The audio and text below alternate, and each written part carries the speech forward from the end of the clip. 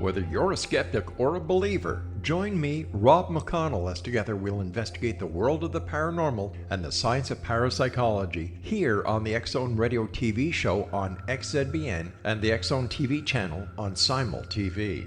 Since 1990, the X-Zone Radio TV show has been the place where people dare to believe and dare to be heard. Together, we'll investigate UFOs, aliens, ghosts, Bigfoot, psychic phenomena, lake monsters, conspiracy theories, government cover-ups, the truth embargo, alien abductions, ESP, haunted locations from around the world, and so much more.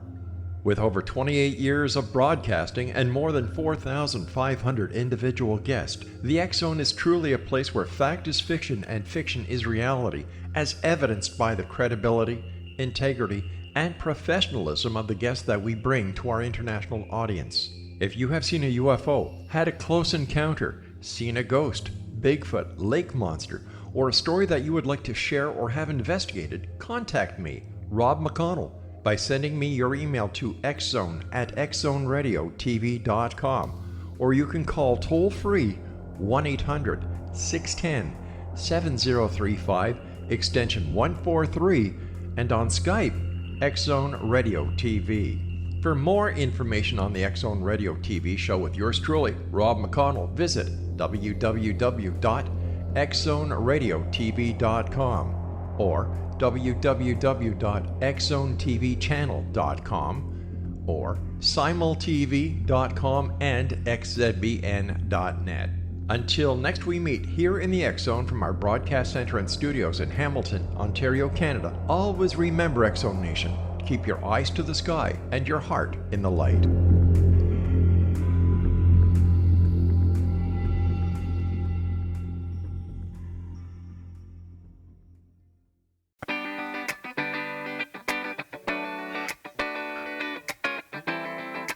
Welcome to the Connecting with Coincidence radio show with Dr. Bernie Beitman, MD, bringing together the world's synchronicity experts to help you use meaningful coincidences to develop spiritually, psychologically, and practically. For more information, put Connecting with Coincidence into your web browser to find the book, website, Psychology Today blog, YouTube channel, and Facebook page. And now, here is the host of the Connecting with Coincidence radio show, Dr. Bernie Beitman, MD. Yes. Welcome to Connecting with Coincidence. I am your host, Dr. Bernie Beitman, MD. And today we are going into the world of serendipity. And we'll start off with probably one of the most famous serendipity stories, but I'm going to tell the whole story. It's not just about one man, it's about many people. Alexander Fleming, at age 33 in 1918, was consumed with the desire to discover something that would kill those microbes that infected so many soldiers in World War I. In 1921, mucus from his nose dripped onto a petri dish that had some staphylococci growing on it, and he noticed a halo of inhibition. The mucus had killed the bacteria. In 1928, he returned from vacation to find one petri dish in his sink, which was clear of disinfectant. He was cultivating the unexpected by not cleaning everything right away. He saw another halo of inhibition near what was a golden mold growing around that halo of inhibition. Mold juice, he said. But he didn't make much out of it. In 1929, he presented a paper. Nobody paid much attention to it. And people over at Oxford, not far away from where he was working in London, were using his molded juice to keep petri dishes clear of contamination. And people at Oxford wanted to develop a way of studying the structure of cell walls. They had used a weak thing, a lysozyme, but they wanted a better antibiotic.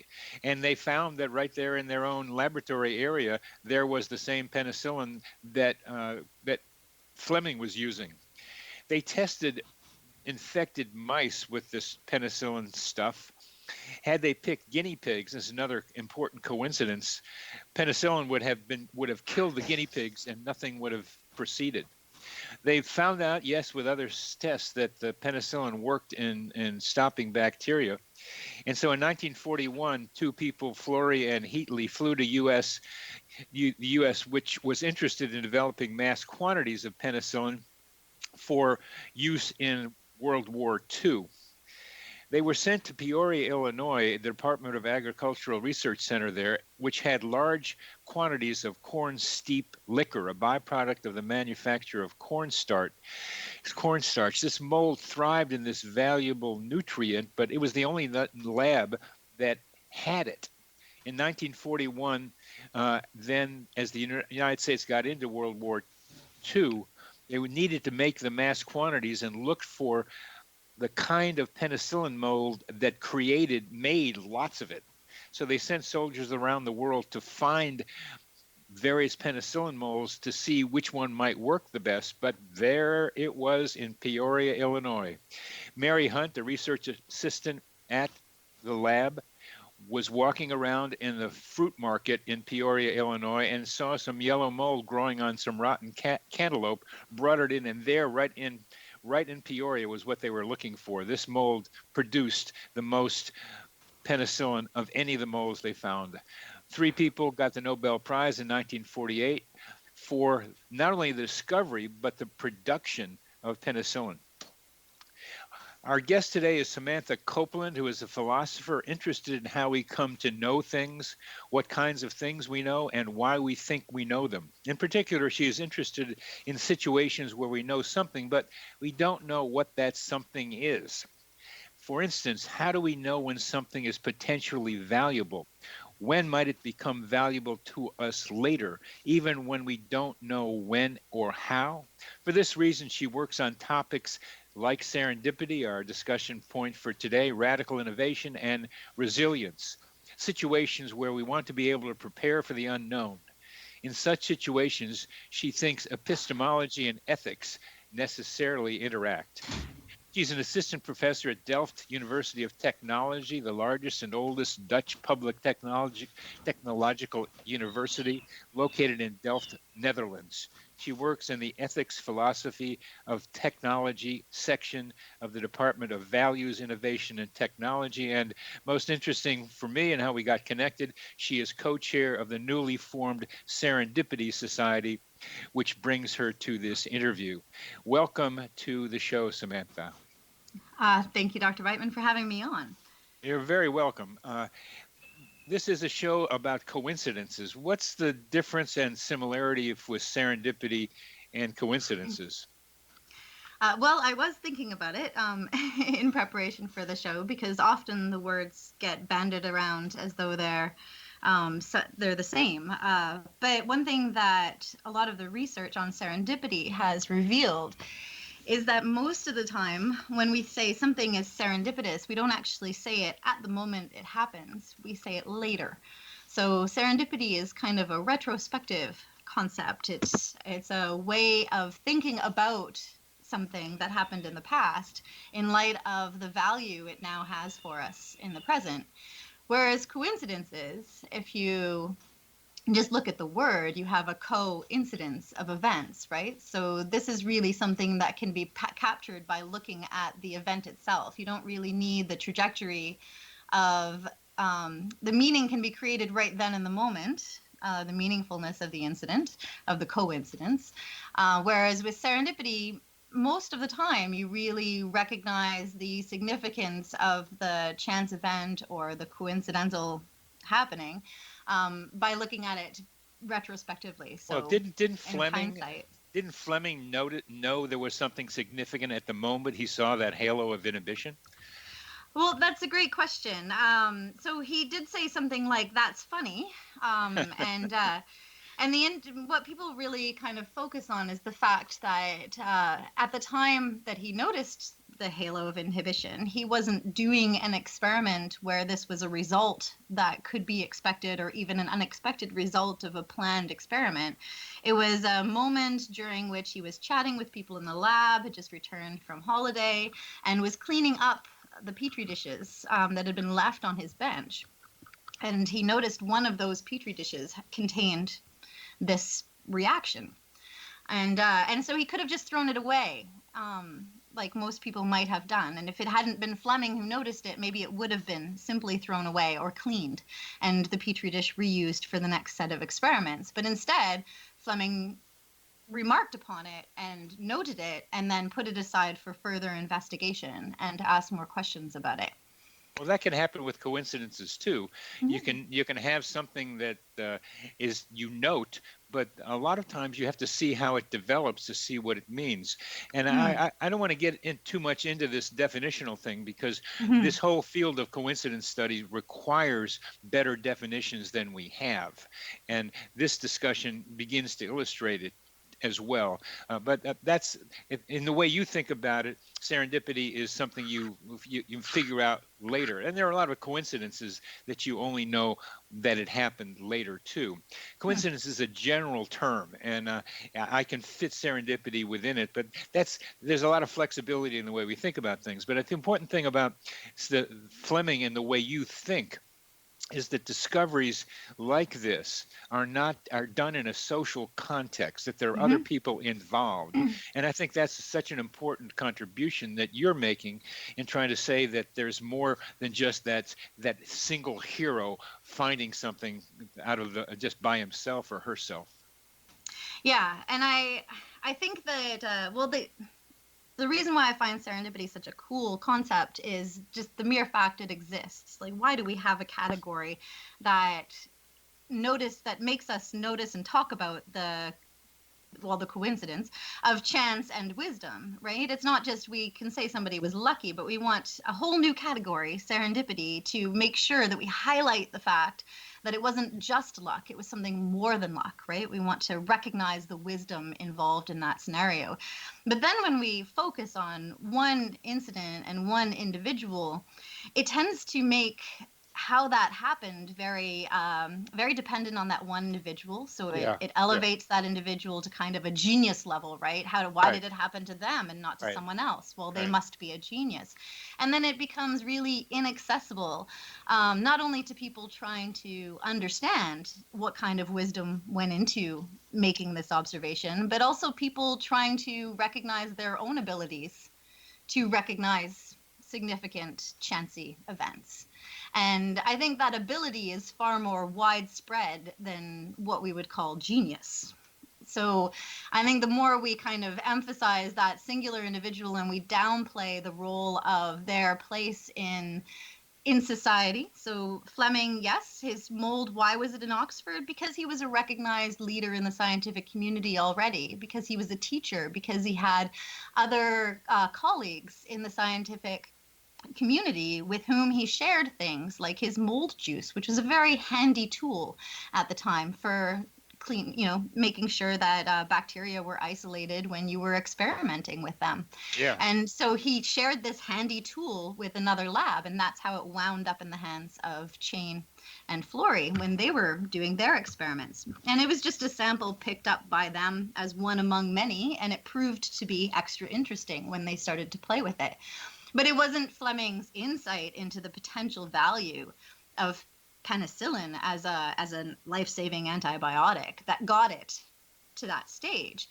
It was his interest in it as a useful tool in science and his social role in that scientific community that contingently connected him to the long discovery process that ultimately ended up in a Nobel Prize because it And ended up as such a valuable discovery. we're coming to the end of this segment. You're listening to Connecting with Coincidence with your host, Dr. Bernie Beitman, MD, on the X-Zone Broadcast Network, and we're talking with Samantha Copeland.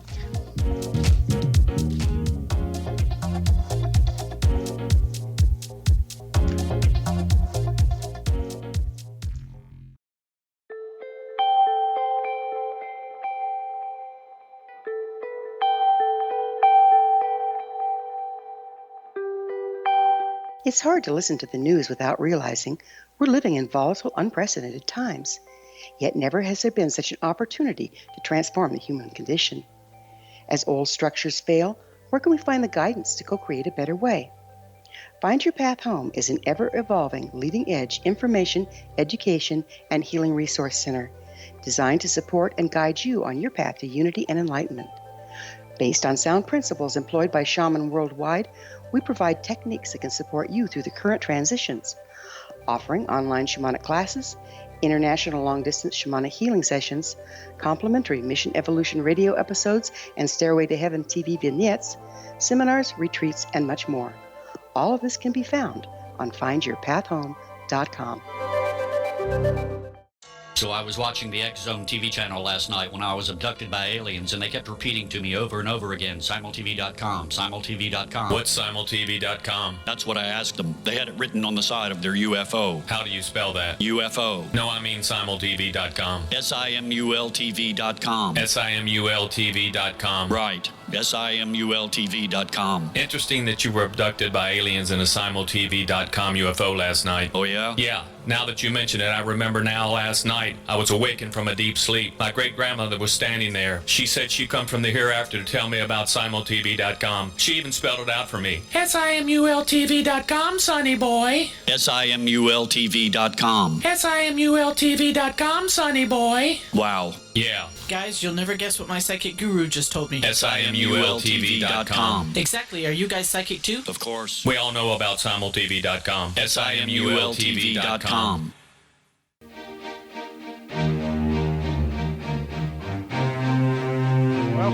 Welcome back to CC with BB. I'm your host, Dr. Bernie Beitman, MD. We are talking with philosopher Samantha Copeland about serendipity. And one of the things I heard you mention, Samantha, is how us ordinary people can also be serendipity people too, that we can develop our own serendipity capacities. Could you define serendipity for us and tell us how that our listeners might be able to develop their own capacities? Well, the definition of serendipity is as much discussed in my field as coincidences are in yours, I'm sure. So it can be a very broad category. At one point, I decided there needed to be 3 factors involved, that you needed something that was unexpected, and I'll talk a bit more about why I focus on unexpected rather than chance, and something that required a certain amount of perception or knowledge to observe or recognize. And also you need a valuable outcome. The one thing about serendipity is that it really is only used to describe things that ended up being valuable to someone or to everyone. So you don't use unlucky things or things that people were wise enough and then use their powers for evil instead of good. They don't get called serendipitous. So those are 3 factors that tend to be at play whenever we say this is a case of serendipity. As far as the skills go that are involved, it's at least as much about the conditions in which someone is recognizing and having their expectations overturned and valuable outcomes are coming about, as it is about the individuals that are doing the recognizing. So what do I mean by this?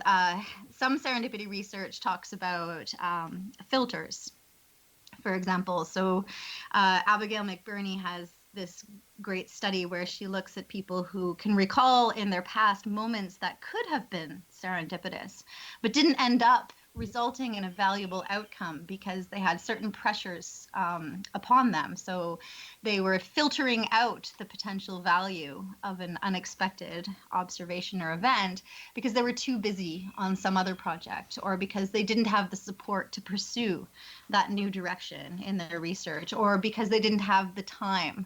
And some of them put it on the back shelf for a while, which is such an important thing.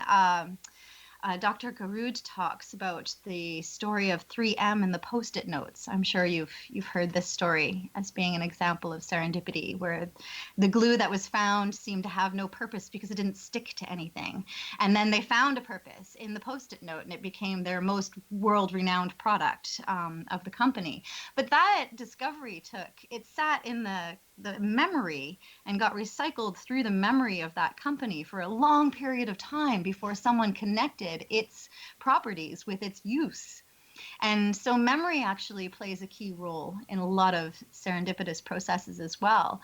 So equally important to noticing something that might be valuable in the future and is very unexpected is also getting it to the right place and right channel for it to be taken down a road of discovery. And so that's where your place in society really tends to play a role. What kind of resources do you have? Have you been taught how to disseminate the observations that you make in ways that they then get picked up by the right people? Are you taken seriously enough as someone who made an observation of potential value so that people trust you and take up that observation and do the work that needs to be done to bring it into a process of discovery? And that not only makes a difference to whether the discovery actually happens, it makes a difference as to whether people call it serendipity, and it also makes a big difference as to who gets called serendipitous. Does that make sense? Oh, yeah, it's great. It's great. Elaborate on the expectation thing. Okay.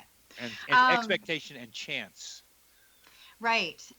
So chance and randomness tend to be thought of as what we would call ontological concepts in philosophy, whereas expectation is something we would call an epistemological concept. So and chance and randomness are the kinds of things, they're properties that belong to the world out there. Whether somebody notices them or not, they would still be by chance or they would still be random. This is often how they're thought of.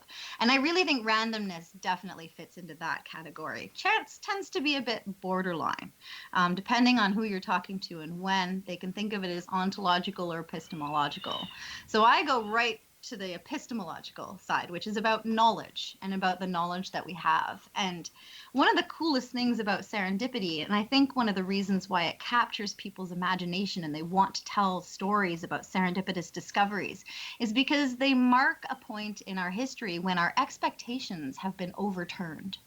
We suddenly see a new source of knowledge or a new way of looking at things or a new way of looking at even people or relationships we've had or choices that we made in the past. And we think of them in a new light, given the value we now recognize they had.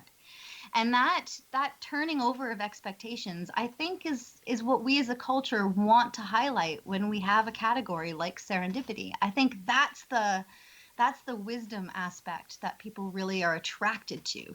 It's not that someone had this genius ability to recognize things that none of us could. It's that someone had their own expectations overturned about where they would find the most valuable knowledge. I thought it also had something to do with the culture in which that person's expectations are embedded. Can you say a bit more about that?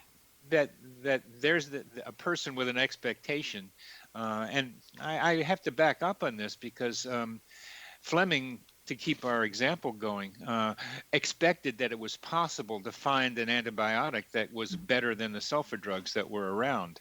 But not at the time he made his observations. The sulfonamides were only just coming into their being at that point in time. So this was not a common trope when Fleming first made his observation. Years later, only a dozen years later, when Florey and Chain were doing their experiments, they had experienced the sulfonamides. So there was an expectation in the broader culture that you could have a drug that could help you with infections in the way that the sulfonamides did. But Fleming had just an inkling, maybe, of that possibility. What he was working on were vaccines, which was slightly different, and bacteriophages were the popular thing at that time. So you could argue that Fleming's expectations, I did like that you brought up lysozyme and his experience with the nose drip, because he did have this expectation that something like that, a compound like that, could be produced by the human body. And if it could be produced by the human body, then it could also not harm the human body. And that was the kicker point about penicillin, right? It was a non-lethal antibacterial substance, whereas before that, they mostly were dealing with antiseptics, which were quite harsh on the human body, right? So, but Fleming didn't have a doctor on staff. He didn't have the resources to work with that kind of substance. And the director of his hospital wasn't exactly encouraging for him to move in that direction at that time, because vaccines were the promising thing. So that's what they were focusing on. So the expectations can be very local and contextual as well, right? Yeah, I missed. I was comparing the to the sulfa drugs, and I forgot it was the harsh antiseptics that were being used. but what I read, and you know better than I, was that Fleming wanted to find something better than those harsh antiseptics to help kill those microbes. So he thought it might be possible to do that, and so I thought that his expectation was already there, that it was possible to find a better way of knocking out those microbes. He was looking for that, but he was looking for it in the vaccines. So he really saw penicillin, or as he called it, his mold juice, as a really good tool for, yes, that ambition, but not in itself the means by which he could reach that goal. Now, he did have one little note at the very end of the article he published. Yeah, that I didn't know. That I didn't no, know. Okay. There's one little note at the end of the article he published about it that suggests he had an inkling of the possibility, but there was no way he was not able himself to do the kinds of tests that would have shown it's not harmful. It was a non-harmful antibacterial substance you could ingest. He tried a few things like putting stuff in people's eyes because of the lysozyme experience, but he would never have guessed that it was as great a medical tool as it turned out to be. Right? So how much inkling do you have to have? I'm not really sure. I think if it weren't for Florian Chain picking it up, Fleming himself probably would never have gone back to penicillin. Absolutely, and that's why I like to emphasize Florian Chain in this chain of events, because it's not just Fleming. He needed to have them to be able to make it happen. What about, as we come to near the end of this, what about the fact that at Oxford they chose to use mice rather than guinea pigs? If they would have used guinea pigs, that probably wouldn't have happened either. Yeah, that's a nice example of something that is could be seen as serendipitous. There's a million points in this discovery process of penicillin where you could say it was serendipity, it was coincidence. It's an amazing story for that reason, and this is definitely one of those points. I mean, because this was just a routine test, right? All they wanted to do was test. They were testing for toxicity, and ultimately what they did was fail their test. They were trying to kill the mice, but the mice didn't die. And so they had to take another look at this drug that was actually failing the test that they were performing with it at the time, which is a really interesting scientific twist of fate, right? Yes, it is. And we're coming to the end of this segment. It's very, very good, very interesting. You're listening to Connecting with Coincidence. Your host, Dr. Bernie Beitman, MD, on the X-Zone Broadcast Network. Our guest is Samantha Copeland, and we are taking apart serendipity.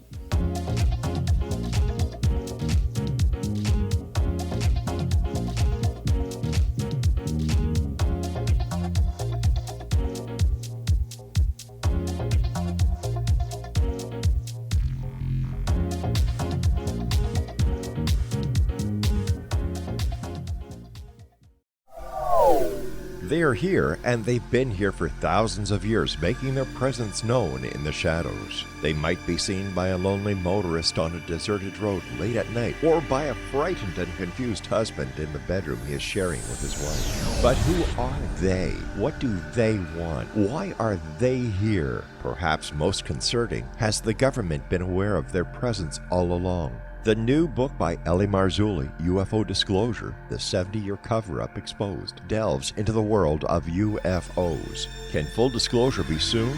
Order now and receive a free hour and 37-minute DVD on the UFO phenomenon. UFOs are real. Get both the book and the DVD, a $40 value, for only $19.99. To order your book and DVD today, go to lamarzulli.net. That's LAMARZULLI.net. Rob McConnell here, presenting an overview for Nicholas Paul Jennings, author of a fascinating book, Amen. It presents facts revealed by Egyptologists, facts that enable us to understand why Amen is the beginning of creation of God. It provides recommendations for religious leaders of the major religions to unify their beliefs and teach the Word of God. Love one another. Amen informs people how mankind conceived God. It was the Egyptians that developed the concepts of a soul, a hereafter, and Son of God. And finally, after the worship of many gods, they conceived the belief in one universal God, the maker of all there is. For more information, visit www.futureofgodamen.com. That's www.futureofgodamen.com. You have heard of the X Zone? Now watch it on Simul TV, plus 500 video games, live TV channels, free video on demand, worldwide, and more. Does this sound like tomorrow's television? Well, it is, but you can have it today, right now. It is Simul TV. Simul TV offers what the others only wish they could provide. 15 exclusive channels like X Zone, sci-fi, and horror. We are worldwide. No other provider offers that. 500 built-in video games. No need to have an extra expensive system. We have them included. Free video on demand. Live streaming events from around the world. Interactive online network, and much more. Tomorrow's TV today. Simul TV. Sound too good to be true? Well, it's not. You can have Simul TV today. Sign up at simultv.com. Do it today.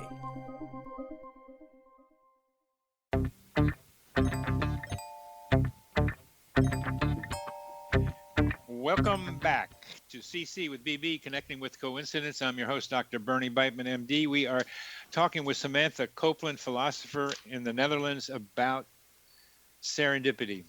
And we're getting into the whole story of Alexander Fleming and penicillin and the other people who were involved in making penicillin happen. What about the referral to Peoria, Illinois, where they had that corn steep liquor? From what I read, there was not a good reason for it. There must have been, but why did they go there? And that's such a great place, such a great substance to grow penicillin. I actually don't want to commit to a fact on that one. I'm not sure what the reasoning was. I think it was just about the money. I think that's who was funding it, was the labs in Peoria, and I think that's it. But I don't want to commit. I think it was that. I think it was something that was, let me call it random or chance or whatever word we're going to use here, and that's the sort of thing that I look for. And when I look at coincidences, that here was a need to find a substance in which the mold could grow well, and for some reason that we can't really find, it happened to be in Peoria, Illinois. And that's where it's a little more mysterious in the kinds of things that I studied along with serendipity. That how did that happen? Also that Moldy Mary, that the lab assistant could wander around in the fruit market in Peoria and find what they were looking for, is an illustration of an ancient wisdom idea that you can travel the world looking for what you want, and there it is right under your doorstep. Yeah. What do you make? Mary is a great case. I like to bring her up because if you look at it strictly, what did Fleming do that made him win a Nobel Prize, and you look at what Moldy Mary did, there's really not a lot of difference. They both happened to be in the right place at the right time, and also had the wisdom to recognize what they were seeing as being significant for what they were doing somewhere else at the time, right? And then they both picked up what they were looking at, and they followed through with it and got it to the right channels so that it could affect the discovery process in a very significant way. You could argue that without Moldy Mary, we wouldn't have penicillin today any more than we wouldn't have it without Fleming, right? Both of them are equally contingently and equally important to the process of discovery as it played out in history. And yet, Fleming has a Nobel Prize and Mary has a rather unattractive nickname.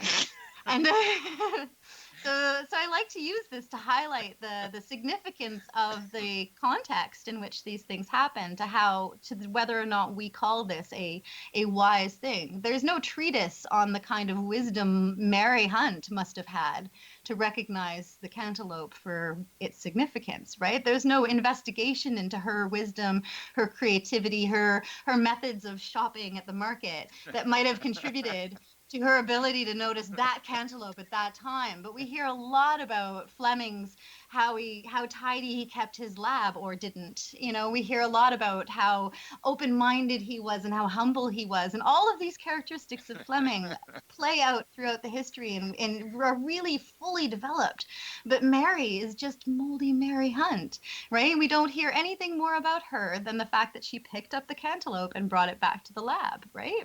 And that's just that is time and place and attention that we pay to people and to the kinds of characteristics they bring to the plate for these kinds of incidences.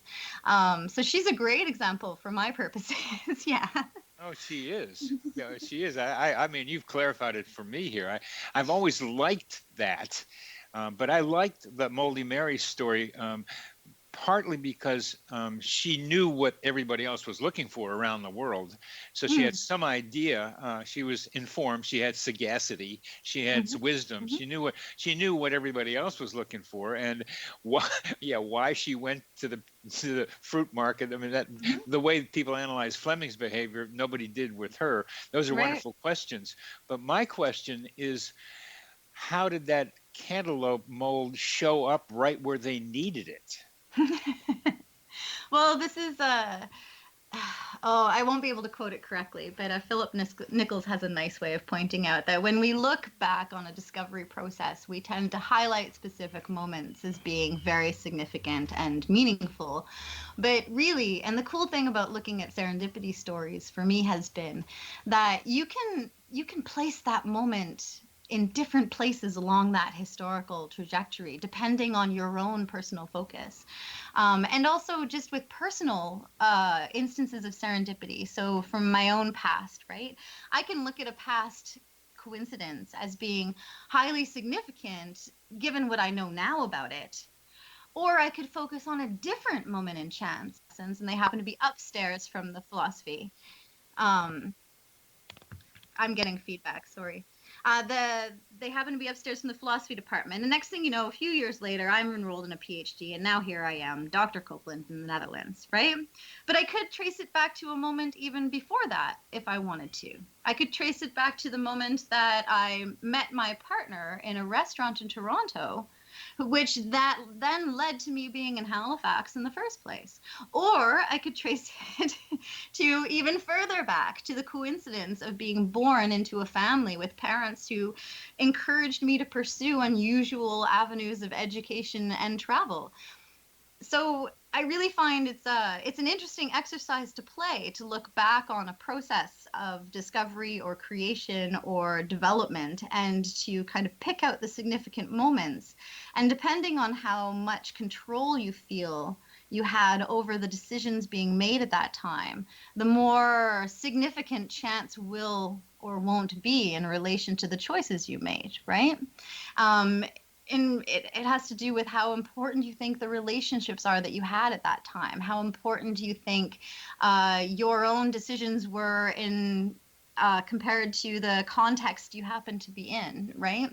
And so this is why I kind of stay away from chance, because I find chance one of those concepts that it really depends on your focus as to how chancy something might seem, rather than anything inherent in the conditions. Well, the chance is such a difficult concept, I think, particularly because it has two meanings. It seems to come out of something random, perhaps, but also chance is an opportunity. Give peace a chance. So chance has that bifurcated or double meaning that goes in two different directions.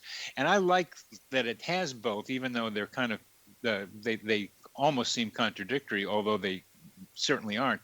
But when I go back to Moldy Mary, when we talk about chance and coincidence, what's the chance that they ended up in Peoria, where the liquor was that the mold really liked, and the best mold that they could find was there in Peoria? Those are low probability events, and I look at those as low probability events, and those are the ones that catch my attention in the study of coincidences. And so I look at coincidence. You know Magda Osman in London, in England, who studies coincidences also. I'm sorry, no. Well, she talks about the study of coincidences generally as a rational process by which discovery is made. That we see two events coming together in a strange way. It captures our attention, and we try to figure out how it happened. Yeah. And it's somewhat different from serendipity, but it's still in the same general area. It's a way of discovering new knowledge, of creating new knowledge. So when this is where I think attention is such an important word. Attention is there, such right? It's what we are attending to. Yes. We see it as significant because it catches our attention, because it calls us to attend to it. Yes. Yes. And yes, there are definitely things in the there are very low probability that happen. But what I find really interesting is to contrast that with what if that hadn't happened? Would we have attended as much to the difficulty they had with finding that mold? Do you know what I mean? Like, it wouldn't have caught our attention in the same way. And so I think that the important thing about those kinds of low probability things that do happen is that they do call us to attend to them. They catch our attention in that way. But I think that in itself is the significance. What do you mean that in itself is the significance? Well, again, I think it's an epistemological rather than an ontological issue, right? It has to do with our expectations. How does it catch our attention? Because they came together in an unexpected way. Yes, now, if we, the sun coming up in the morning doesn't catch our attention because it happens all the time. It's not like we wake up and go, oh, the sun came up today. Today is going to be a special day, right? It's like, oh, if you really are the kind of person to question whether it will come up, you might think, oh, thank God, the sun came up again today. But it doesn't like drive your attention towards you. I put together low probability with unexpected. I make a relative equivalence between the two. We can find the differences, but low probability and unexpected go together for me. And what Magda Osman was trying to talk about is that when you get these low probability events that grab your attention, that our brains are tuned to find oddities, to look for anomalies and try to see what's going on. Is something bad, something good? So when we see a low probability unexpected event, we look at it to try to see if it suggests some underlying principle of reality that we haven't yet understood. Right. So I don't think I would connect those necessarily, because I think there's lots of low probability things that don't catch our attention. And I think there's lots of high probability things that may nevertheless be unexpected. And what's expected is we've come to the end of this segment. You're listening to Connecting with Coincidence with your host, Dr. Bernie Beitman, MD, on the X-Zone Broadcast Network. We're talking to Samantha Copeland, philosopher, serendipity person.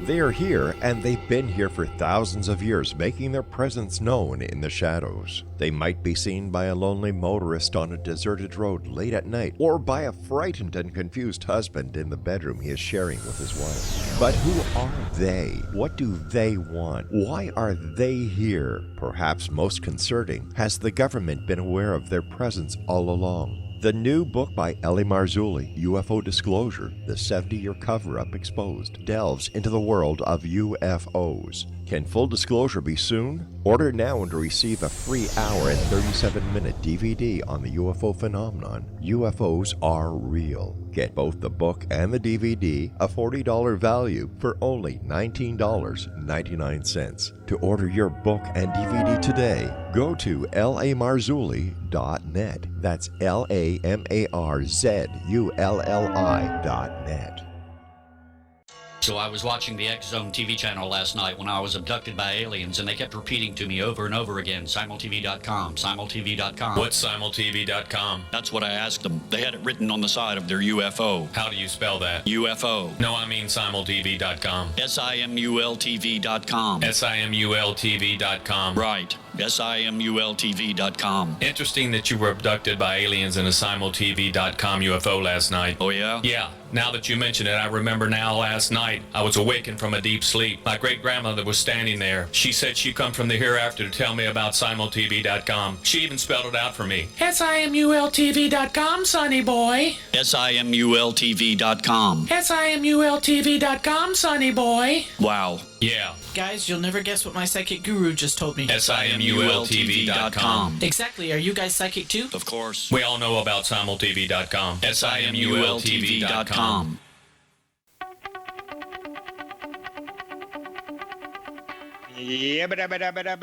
Welcome back to CC with BB. I'm your host, Dr. Bernie Beitman, MD. We're talking to Samantha Copeland. Samantha, I love talking to your philosophical mind. It's really interesting because you can just take things apart and go in different directions. And I've tried to read what chance means in the Stanford Dictionary or Encyclopedia of Philosophy. What is chance? What is explanation? What is cause? I don't get it. They can't tell me. It's really hard because there's so many different variations you can do on a theme. Mm-hmm. And what we just talked about is there are low probability events we don't pay attention to. There are high probability events that mean a lot. I think that's all true. But when I look at coincidences, I got to be a little simpler. I'm a psychiatrist. I got to be practical. I take care of patients. I give people medications. I do psychotherapy. I've got to limit the scope of what I look at in a kind of a pragmatic way. And so when I say low probability events catch our attention, that means that, to me, that there may be something, and this was Magda Osmond trying to suggest, there may be something there for us to look at that we hadn't thought there might be before. Yes. And that's what I mean about expectations being overturned. I mean epistemic expectations about where our knowledge is going to come from or where our insight is going to come from at all. And that's where Fleming's expectations were turned over when he saw the lysozyme effect from his nasal drippings, mm-hmm. and when he saw the fungus. But I love that Mary Hunt thing too. But let's go on to a different question for you. You have formed the Serendipity Society, and that's how I was surprisingly happy to find that it exists. What is the Serendipity Society, and what are you trying to have happen with it, and what's going to happen in London in September 4th and 5th this year? Well, what's going to happen in London is still very much up to Serendipity itself. So we are only in the early stages of planning, but I'm hoping it will be the first grand international and multidisciplinary meeting of people who are working on issues around and on gaining a better understanding of what serendipity is and what kind of role it plays in the progress of knowledge, in our methods of research, in people's daily lives. There are developmental psychologists working on this issue. There are information scientists working on it. There are computer scientists. There's human-computer behavior people, digital humanities people, library people, and philosophers, epistemologists, people working on issues in perception, and people working on science and the philosophy and the empirical reality of science, and just how much chance and serendipity plays a role in our scientific progress. And if it does play a huge role, how do we fund things like research projects? So all of this is happening all around the world right now. It's a huge emerging field, I like to think of it. And people are more and more daring to come out and saying that they research serendipity, because previously in the past, and still sometimes, you get a kind of reaction where it's like, yeah, but that's just luck, right? And so what's the point in trying to understand it? We can't make it happen anyway. But more and more people believe that there are things we can do to encourage serendipity or to cultivate it, some people say. And because of this, By chance, I happened to complete my dissertation at Dalhousie University, and then when I began my postdoc in Norway with the Cause Health Project, I finally had a chance to get back into some of the literature I'd had to put to the side so I could finish my dissertation. And some of that literature was written by Laurie McKay Peat, who I found out was at Dalhousie. And I hadn't known that while I was at Dalhousie. I hadn't realized she was a major figure in information sciences working on serendipity, just a few buildings down from me. And she had finished her dissertation the year before I had finished mine. And so on a trip home, I called her up and said, "Do you want to have coffee? We really should have done this at some point, but let's do it now because I'm going to be in Halifax and you're still there." And while we were talking, we realized that we had a bit of a hard slog of working through all of the fluff about serendipity out there and newspaper articles and people just sharing anecdotes and getting to the point where we were like, there's really good research being done out here. There's really thorough, thoughtful, and deep level research on serendipity, when it happens, who it happens to, how it happens, what are the conditions for it. And getting to that research can take a bit of work. So we started off with the idea of a resources page and maybe a society of people who are also interested. And it's just kind of been a rolling ball of interest that people are picking up on it and coming to me like you did, out of the ether, one might say, saying, "I'm really interested in serendipity and I would love to be part of this network." So we've been working on expanding our network and increasing opportunities for shared resources among members. And now this workshop / conference we're going to have in September is the first time that we're going to try and get a number of members together to kind of talk really seriously about where this research is going. Can we do things like define serendipity or set out some common features that we've all identified in all of our different disciplines? Are there research directions that we should be pursuing as a group together? And where does this field need to go? Where does the synchronicity play a role in your thinking, or not? It doesn't really, and I had a really nice footnote that I meant to study before I did this interview, and I forgot. But synchronicity is it has to do with simultaneity, right? So when something happens and you feel a sense of synchronicity, it's the concept is identifying a feeling that what's happening right now is a bringing together of things in a really significant way. But it's very much, again, like I said, an in the moment recognition. I don't think synchronicity has the same kind of retrospectivity that you were saying coincidences can have, and I think serendipity most often has. So synchronicity, I think, really is a feeling about what's happening right now. Am I wrong about that? You're partially correct about it, and Okay. that is Jung's original definition. And part of the fun of what I'm doing is recognizing that Jung used the word synchronicity in several different ways.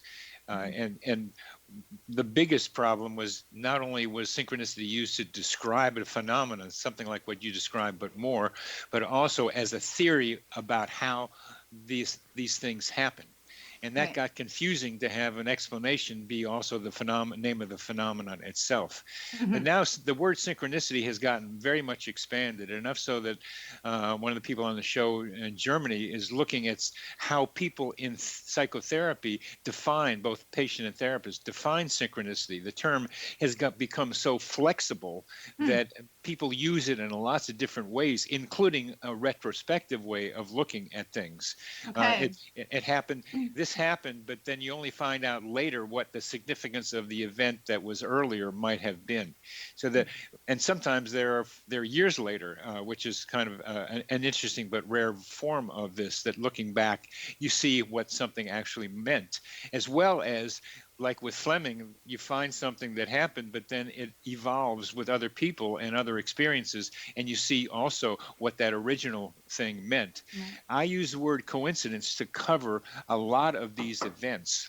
What I like so much about what you're doing and your colleagues are doing is it's within academia now. I was a chairman of a psychiatry department. I did a lot of research in chest pain and panic disorder. I respect research capacities, and I'm trying to envelop the field and see what's within it and take different parts from it and try to say what we really have here. And that includes starting with what do we mean by the various terms that we're using. It's so important to get the right terms. And synchronicity now covers a lot of different things that includes serendipity in the way I think people use the term.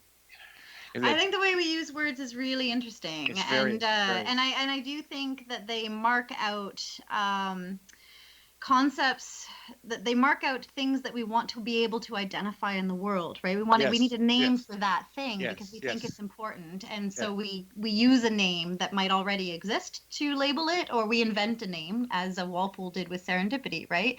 To label something and to be able to point to it when it happens. Yes. But there's another S word that gets underplayed a lot that I want to work with a bit more in the future, and that's salience.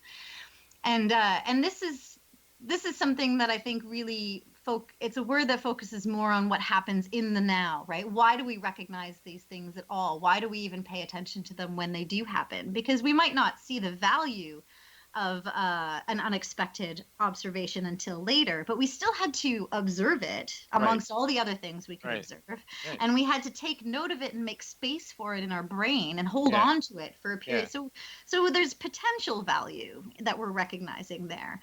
And I think that there's stuff going on in the way we look at the world and the way we recognize things in the world and the way we learn from each other and through our education that enables us to recognize potential value too, right? It's something that we are able to identify. This might be useful later, and there's a difference between the person who has a drawer full of potentially useful tools and a hoarder, right? And in one case, you can go back and find the tools and then use them when you need them. And in the other case, it's about just keeping everything.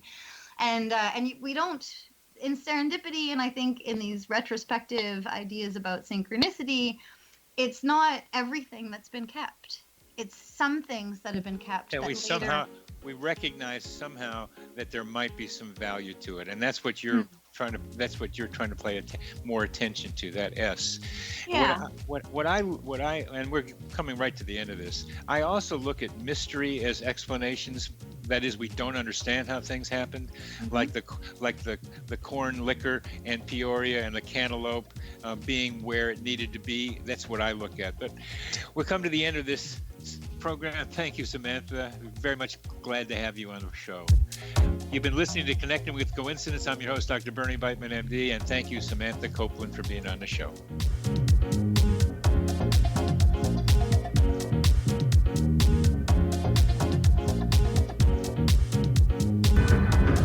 If you are looking for a safe, zero-calorie natural option to the harmful artificial sweeteners on the market today, Just Like Sugar is what you're looking for. Just Like Sugar is a wonderful natural alternative for those health-conscious people who choose a calorie-restricted diet with a great, pure, sweet flavor that tastes just like sugar. Just Like Sugar is a great natural option for people suffering from diabetes and may be useful in restricted diet programs where standard sugars are not allowed and does not cause a laxative effect of some other sweeteners.